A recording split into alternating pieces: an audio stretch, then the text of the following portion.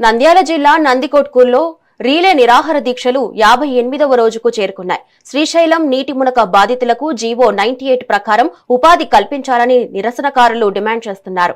ప్రభుత్వం స్పందించకపోవడంతో నందికొట్కూరు పటేల్ సెంటర్లో బాధితులు అర్ధనగ్న ప్రదర్శనలు చేశారు. ఈ సందర్భంగా భిక్షాటన చేశారు.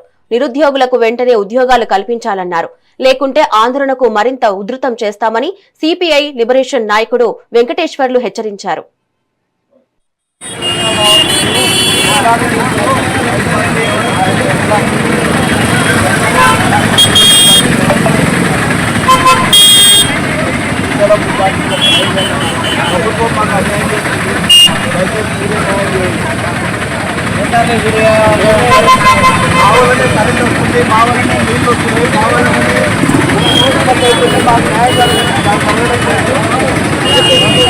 అవసరంగా అందించారు.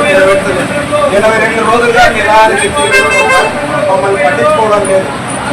విచారణ చేస్తున్నారు.